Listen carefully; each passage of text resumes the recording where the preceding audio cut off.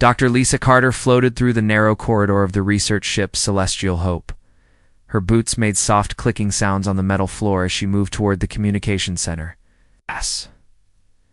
The ship was quiet except for the low hum of engines and the soft beeping of computers. Lisa had been studying alien life forms for 3 years now. She loved her job, but space could be lonely. Most days were spent looking at star charts and analyzing data from distant planets. Nothing exciting ever happened on research missions. That changed when she heard shouting from the communication room. "Commander Morrison, you need to hear this right now." The voice belonged to Pete Wilson, their communication officer. Pete never got excited about anything. So Lisa knew something big was happening. She pushed herself through the doorway and saw Pete staring at his screens with wide eyes. Commander Jake Morrison was already there, his face serious as he listened to strange sounds coming from the speakers. The sounds were unlike anything Lisa had ever heard. They were musical, like whale songs mixed with wind chimes. But there was something else in the sounds: fear, panic, desperation. "What is it?" Lisa asked. Pete turned to her. "It's a distress signal. The computer says it's from the Zilani Empire. Their homeworld, Aquaria Prime." Lisa felt her heart speed up. The Zilani were famous throughout the galaxy. They were peaceful water creatures who had given the galaxy amazing medical treatments. Their cities were built in the oceans of their world, and they had never fought a war in their entire history. "What are they saying?" Commander Morrison asked. Pete's fingers moved over his keyboard. "Translation is coming through now. It's bad, sir. Really bad." The musical sounds faded, and a mechanical voice began speaking in English. Translation software made it sound flat and emotionless, but Lisa could still hear the fear underneath. "This is High Counselor Reefsinger of Aquaria Prime. We send this message to any who will listen. Our world is dying. The Vortho Collective has come to our system. 3 of our colony worlds are already gone, consumed, turned into metal and machines." Lisa felt cold. She had heard stories about the Vortho Collective. They were machines that ate entire worlds, turning everything into more machines. "Most people thought they were just scary stories told to frighten children," the message continued. "We are a peaceful people, have no weapons, no armies, no way to fight these metal monsters. They destroy everything they touch, are beautiful. Coral cities are breaking apart. Our people are dying. We have maybe 4 days before Aquaria Prime falls completely." Commander Morrison's jaw was tight. "Keep listening. We call out to anyone who can help us. We offer everything we have. Our medical knowledge, our technology, our friendship. Please, someone must hear this. Someone must care that 12 billion innocent lives are about to end. We are the Zilani. We have never hurt anyone. Do not deserve this fate." The message ended with more of the musical sounds. This time, Lisa could clearly hear crying. The communication room was silent for a long moment. Then Pete spoke quietly. "Sir, there's more." The message was sent to dozens of different species: Altarians, the Centauri Federation, even the Galactic Council itself. "Any responses?" Morrison asked.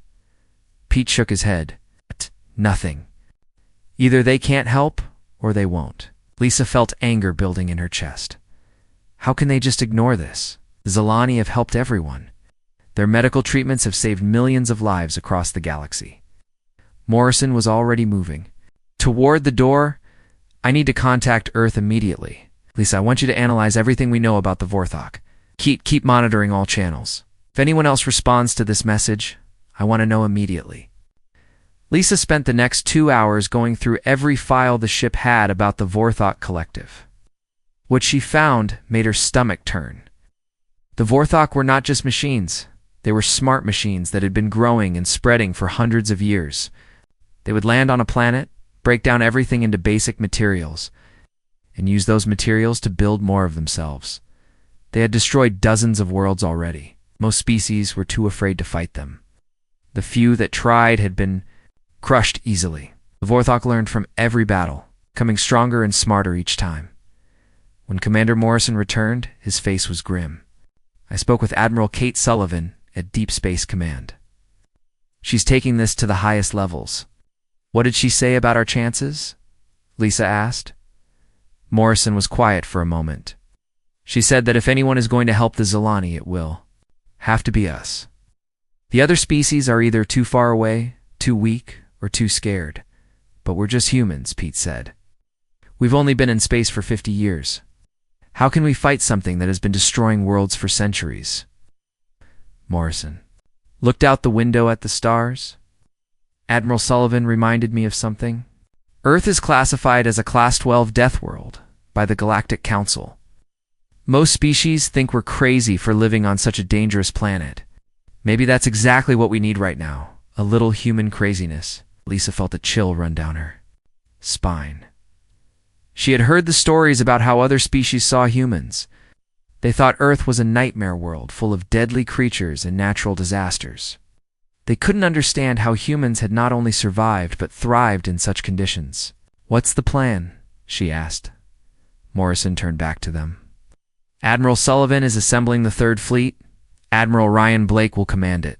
We're going to show the galaxy what happens when you threaten innocent people in front of humans. Pete looked worried.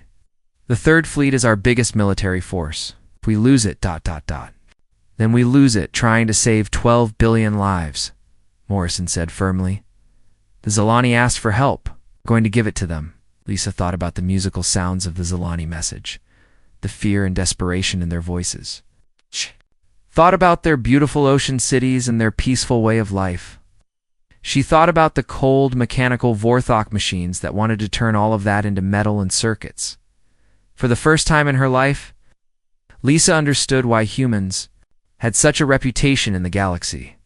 Other species saw their willingness to fight and die for strangers as either noble or insane. Maybe it was both. Maybe that was exactly what the galaxy needed right now. How long until the fleet reaches Aquaria Prime? Morrison checked his watch. If they leave within the next 12 hours and push the engines to maximum, they might make it in time. It's going to be close. Outside the window, the stars seemed brighter somehow. Somewhere out there, the Zilani were waiting for help that might never come. And somewhere else, human ships were preparing for a battle that would either save an entire species or destroy humanity's place in the galaxy forever. The Deathworlders were going to war. Admiral Ryan Blake stood on the bridge of the USS Vengeance and watched his fleet gather around Luna Station. Ships were arriving every hour from different parts of Earth's solar system. Destroyers, carriers, fighters, and supply ships all moved into formation like pieces on a giant chessboard. The fleet was impressive by human standards. The USS Vengeance was the newest and most powerful battleship Earth had ever built. Beside it floated the carriers Liberty and Justice, each one carrying hundreds of fighter craft.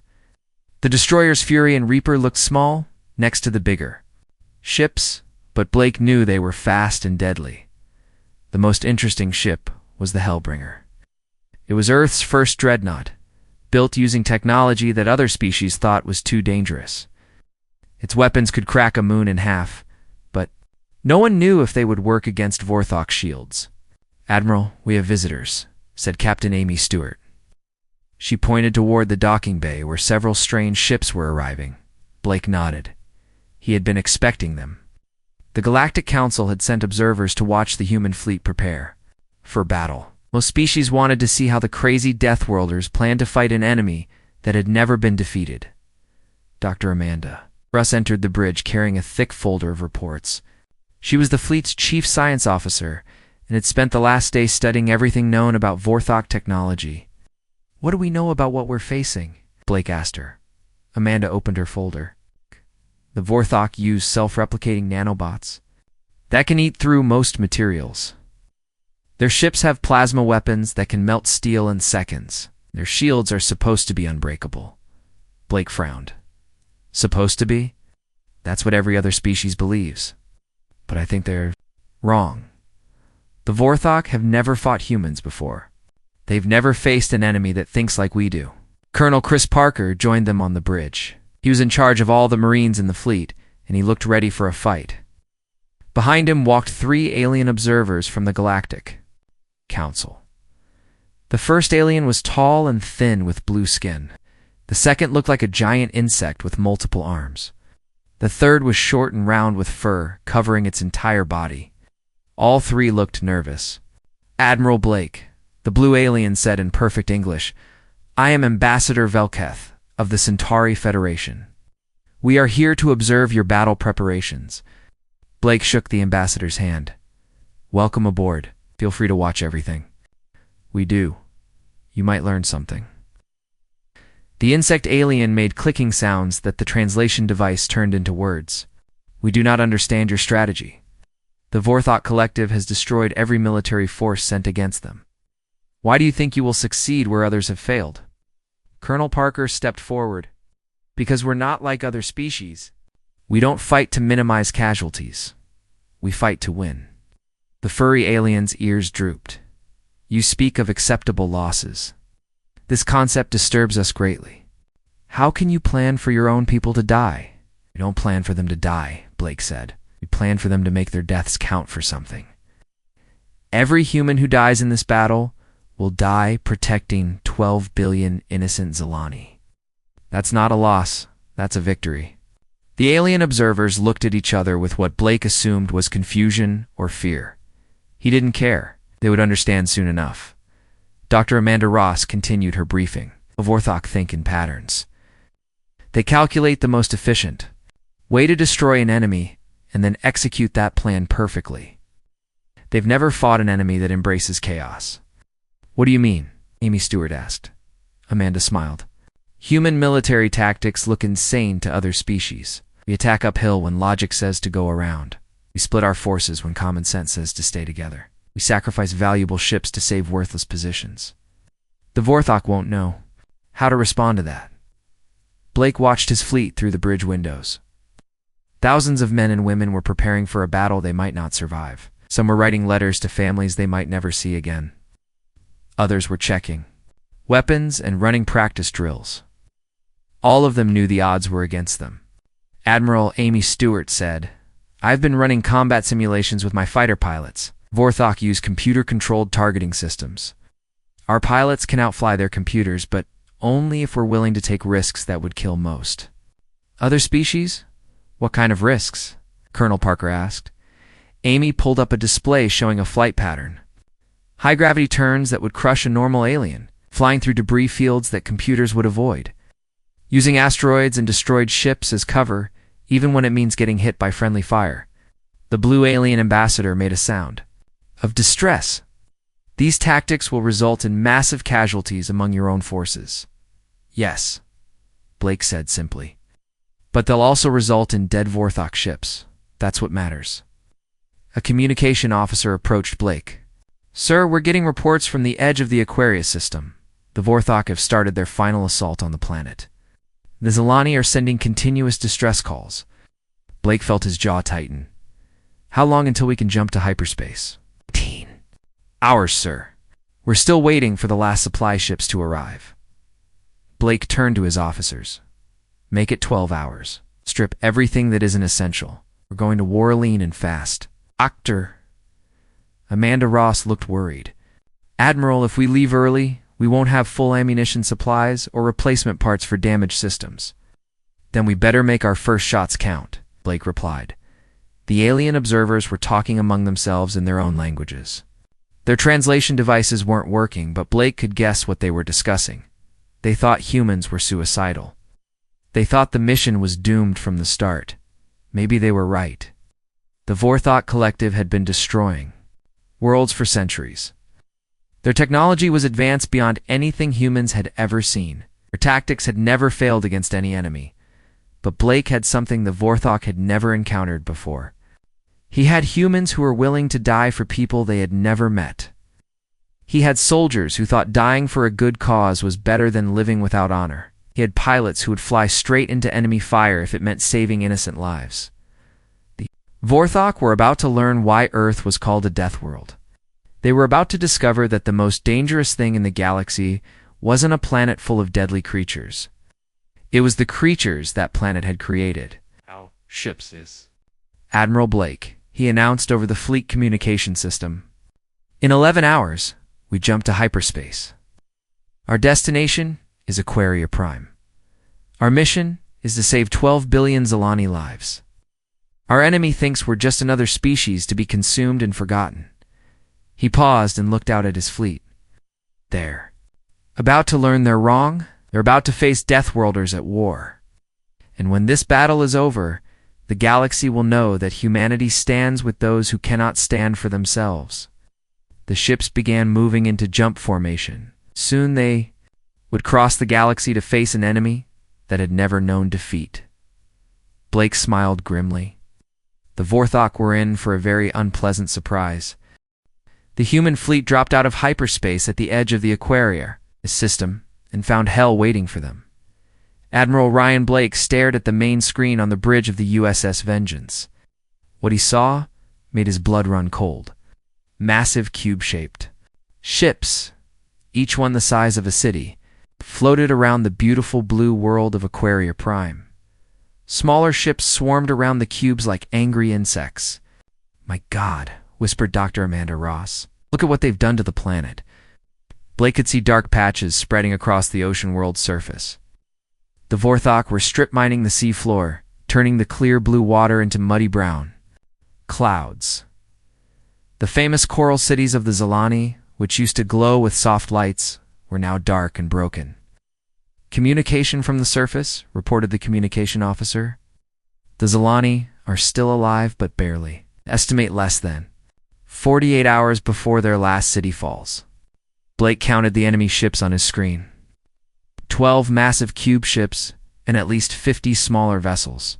His fleet had 37 ships total. The math was not good, but Blake had not come here to do math. "All ships, this is Admiral Blake. We did not come here to watch. We came here to fight. All units attack Formation Alpha. Target the nearest cube ship." Lieutenant Commander Tony Martinez was already in his fighter, leading Red Squadron toward the enemy. His heart was pounding as he watched the Vorthok ships on his screen. They were huge, covered in weapons, and moving with perfect coordination. "Leader to all fighters," Tony said into his radio. "Remember what we learned in training? These machines think in straight lines, we think in circles. Use that." The Vorthok detected the human fleet immediately. Their response was exactly what Dr. Amanda Ross had predicted. The cube ships moved into a perfect defensive formation while the smaller ships formed. Attack groups with mathematical precision. "They're moving just like the computer models said they would," Amanda reported to Blake. Everything "In perfect order, maximum efficiency, no wasted movement." Blake smiled grimly. "Then let's show them what inefficiency looks like. All ships break formation. Attack pattern chaos." The alien observers on the bridge made sounds of distress as they watched the human fleet split apart. Instead of maintaining formation, each ship began moving independently. Some headed straight for the enemy.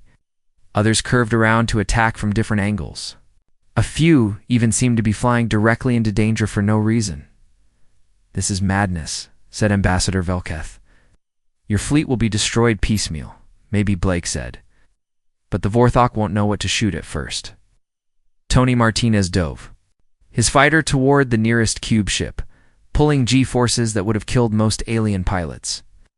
Behind him, his squadron followed in a pattern that looked random, but was actually carefully planned chaos. The Vorthok cube ship fired at him. With plasma cannons, Tony waited until the last second, then rolled his fighter in a direction the computer targeting system did not expect. The plasma beam missed him by inches. "Red 2, Red 3, follow me in," Tony called. "We're going to thread the needle." Threading. The needle was a maneuver that human pilots had invented. It meant flying through the gap between two enemy ships at high speed, too fast for their weapons to track properly. Most species considered it suicide. Humans considered it Tuesday. Tony's fighter screamed between two Vorthok ships, his wingman right behind him. The enemy tried to shoot them, but their own ships were in the way. In seconds, the 3 human fighters had reached the far side of the enemy formation. "This is impossible," one of the Vorthok ships transmitted on an open channel. "These organic beings should not be able to perform such maneuvers." Blake listened to the transmission with satisfaction.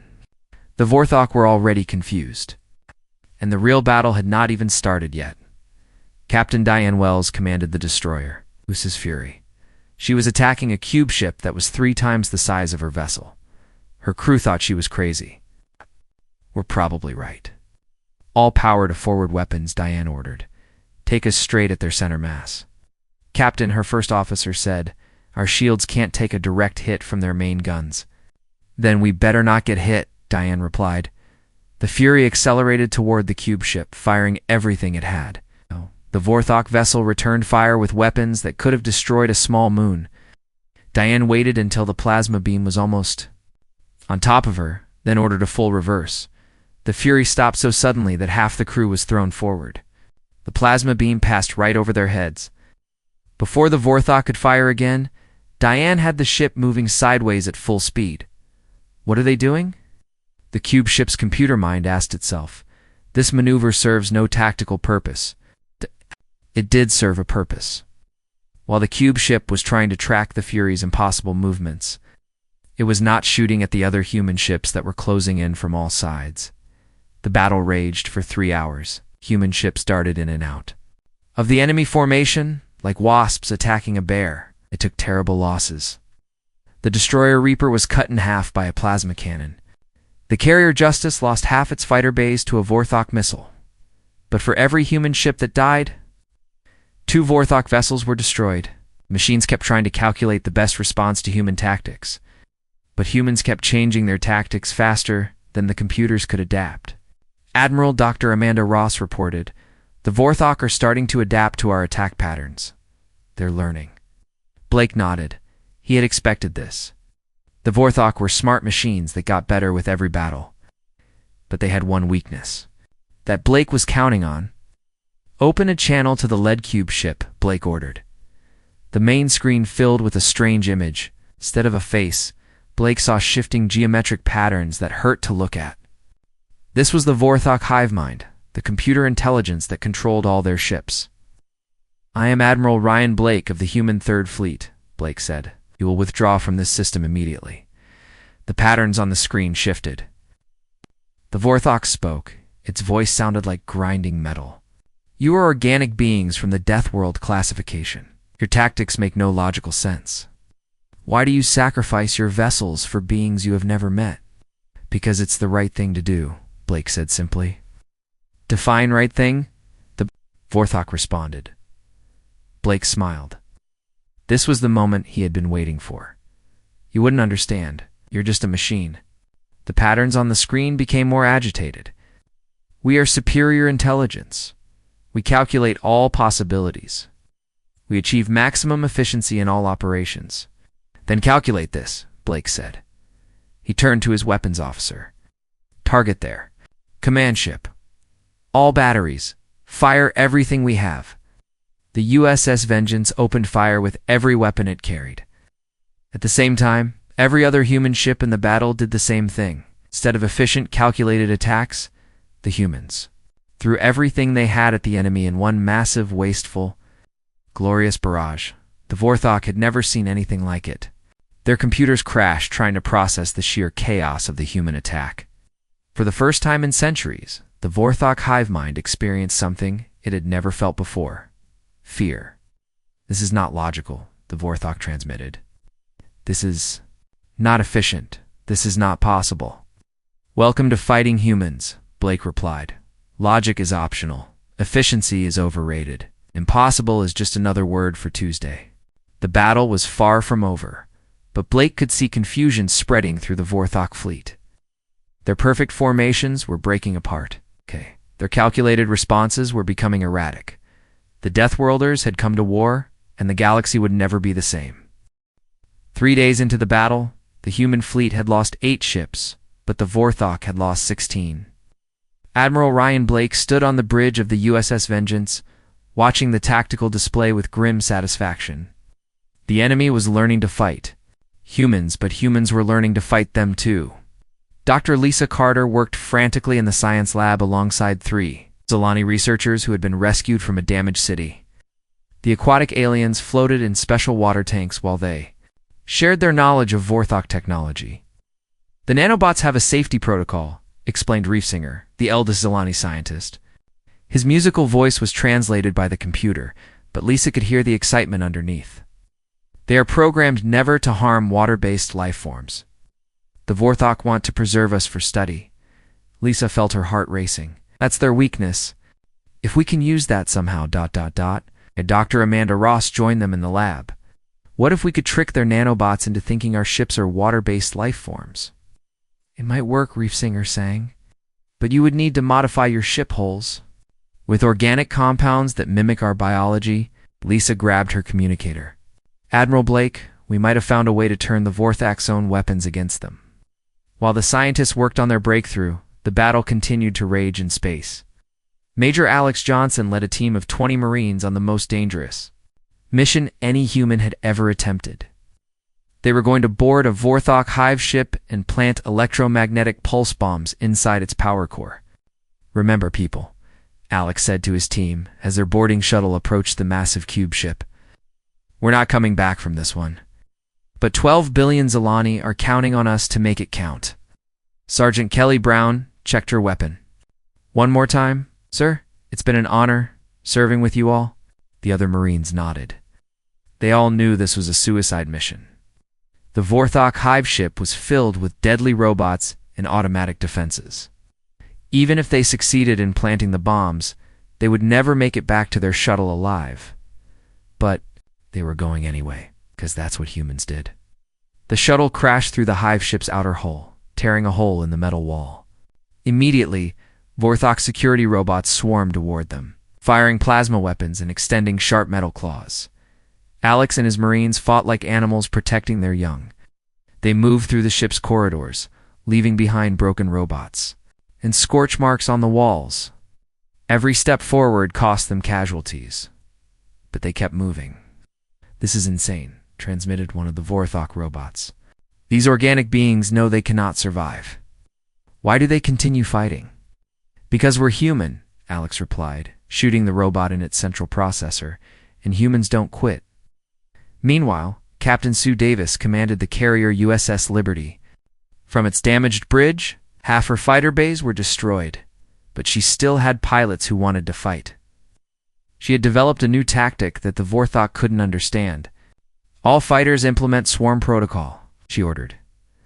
Swarm protocol was something Sue had invented by watching nature documentaries about Earth's predators. Instead of flying in formation, her pilots attacked like a pack of wolves. They surrounded. Enemy ships darted in to attack weak points, then retreated before the enemy could respond. The Vorthok tried to target individual fighters, but there were too many of them moving in too many directions. Their targeting computers overloaded, trying to track dozens of small, fast-moving targets that seemed to have no plan at all. Red Squadron, hit their engines, Sue commanded. Blue Squadron, go for their weapon systems. Gold Squadron, just make them angry. Lieutenant Mike Foster led Gold Squadron in what could only be described as aerial acrobatics. Its fighters looped and rolled around the Vorthok ships, firing at random targets and generally being as annoying as possible. What is the tactical purpose of these maneuvers? Asked the Vorthok hive mind. There isn't one, Mike replied cheerfully. We're just having fun. The concept of having fun during a life or death battle completely broke several Vorthok computer systems. The machines had never encountered an enemy that enjoyed fighting for its own sake, deep inside the hive ship. Major Alex Johnson and his remaining 5 Marines finally reached the power core. It was a massive chamber filled with pulsing energy and strange crystalline structures. Security robots were pouring in from all directions. Plant the charges, Alex ordered. Hold them off. 6 Marines spread out through the chamber, placing electromagnetic pulse bombs on critical systems. Alex stood in the doorway, firing his weapon at an endless stream of robots.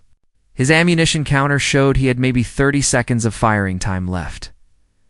Charges set, reported Sergeant Brown. We're ready to go. Alex looked at his team. They were good people, all of them. They had families back on Earth who would never see them again. But they had volunteered for this mission because it was the right thing to do. It's been an honor, people, Alex said. He activated the detonation sequence. Tell my wife I love her. The electromagnetic pulse bombs exploded simultaneously, sending waves of energy through the hive ship systems. The power core overloaded, Secondary explosions began ripping through the massive vessel. On the bridge of the USS Vengeance, Admiral Blake watched the hive ship tear itself apart. "Lex did it," he said quietly. "He actually did it." The destruction of the hive ship sent shockwaves through the Vorthok fleet. For the first time in their existence, they had lost a command vessel to organic beings who were willing to die just to hurt them. Dr. Lisa Carter's voice came over the communication system. "Admiral, we finished modifying the hull coatings on 12 of our ships. The Vorthok nanobots should now recognize them as water-based life forms." Blake smiled. "All modified ships advance on the enemy. Let's see how they like their own." Medicine. The 12 modified human ships moved forward, and something amazing happened. When the Vorthok fired their nanobot weapons, the microscopic machines refused to attack the human vessels. Instead, they began attacking Vorthok ships, thinking they were defending water-based life forms from mechanical threats. "This is impossible," transmitted the Vorthok hive mind. "Our own weapons are attacking us. How are you doing this?" Blake opened a channel to the enemy. "We learned it from the Zilani. You know, those innocent people you were trying to murder? They taught us how to turn your own arrogance against you." The battle was turning. The Vorthok were losing ships faster than they could adapt to human tactics. Their perfect efficiency was being destroyed by human chaos. Their logical strategies crushed by human emotion and sacrifice. But the war was not over yet. The Vorthok still had more ships, and they were getting desperate. Yes. Blake knew that a desperate enemy was often more dangerous than a confident one. "All ships prepare for final assault," Blake commanded. "We're going to end this once and for all." The final battle was about to begin, and only one side would survive to tell the story. Admiral Ryan Blake stood on the bridge of the USS Vengeance and watched the final phase of the battle begin. The Vorthok had pulled their remaining ships into a tight defensive formation around their command nexus. A massive structure that looked like a metal mountain floating in space. "That thing controls their entire fleet," Dr. Amanda Ross reported. "If we can destroy it, the rest of their ships will lose coordination." Blake nodded. "How do we get through their defenses?" "We don't go through them," said Captain Pete Morgan. "Over the communication system, we go straight at them." Pete commanded the dreadnought USS Hellbringer, the most powerful ship in the human fleet. It was also the most experimental. No one knew if its weapons would work against Vorthok technology, but Pete was willing to find out. "Admiral, permission to take the Hellbringer on a direct assault run?" Pete requested. Blake looked at the tactical display. The command nexus was surrounded by dozens of Vorthok ships, all firing everything they had at the approaching humans. Getting close enough to damage it would mean flying through the heaviest enemy fire anyone had ever faced. "Pete, that's a suicide mission," Blake said. "Yes, sir, it is," Pete replied calmly. "But it's also the only way to end this war." Blake was quiet for a moment. Pete was right. Someone had to make the ultimate sacrifice to save the Zilani. Blake wished it didn't have to be one of his best captains. But this was war, and war demanded terrible choices. "Permission granted," Blake said. "All ships, provide cover for the Hellbringer's assault run." Captain Pete Morgan turned to his crew. "You all heard the plan. Anyone who wants to leave can take an escape pod now. No shame in it." Not a single crew member moved. Chief Engineer Rosa Clark spoke for all of them. "We came here to save the Zilani, Captain. We're not leaving until the job is done." Dr. Ben Adams, the ship's medical officer, was treating wounded crew members in the medical bay when he heard the announcement. He could have stayed below, safe from the fighting. Instead, he grabbed his medical kit and headed for the bridge. We're going out together," Epen said when Pete asked why he had come up. The Hellbringer began its attack run. The Vorthok fleet opened fire with everything they had. Plasma beams and missile swarms filled the space around the human dreadnought. The ship's shields held for the first few minutes, then began to flicker under the massive assault. "Hull breach on Deck 7, Rosa reported from her engineering station. "Sealing emergency bulkheads." "Direct hit to the main gun," called out the weapons officer. "We've lost 40% of our firepower." Pete kept the ship moving forward. Around them, other human vessels were providing covering fire, drawing Vorthok weapons away from the Hellbringer. The destroyer Fury made a desperate attack run that ended when the ship was cut in half by enemy fire. The carrier Liberty launched its last fighters in a final assault that bought the Hellbringer precious seconds. "Captain, we're losing life support on the lower decks," Dr. Ben Adams reported. "We have casualties everywhere. Keep treating them." Doc Pete replied, "We're almost there." Hellbringer Pushed through the enemy fire like a battering ram. Its hull was cracked and burning. Its weapons were mostly destroyed, and half its crew was dead or wounded. But it kept moving toward the command nexus. "This is impossible," transmitted the Vorthok hive mind. "These beings know they will die. Why do they continue?" Pete opened a channel to the enemy.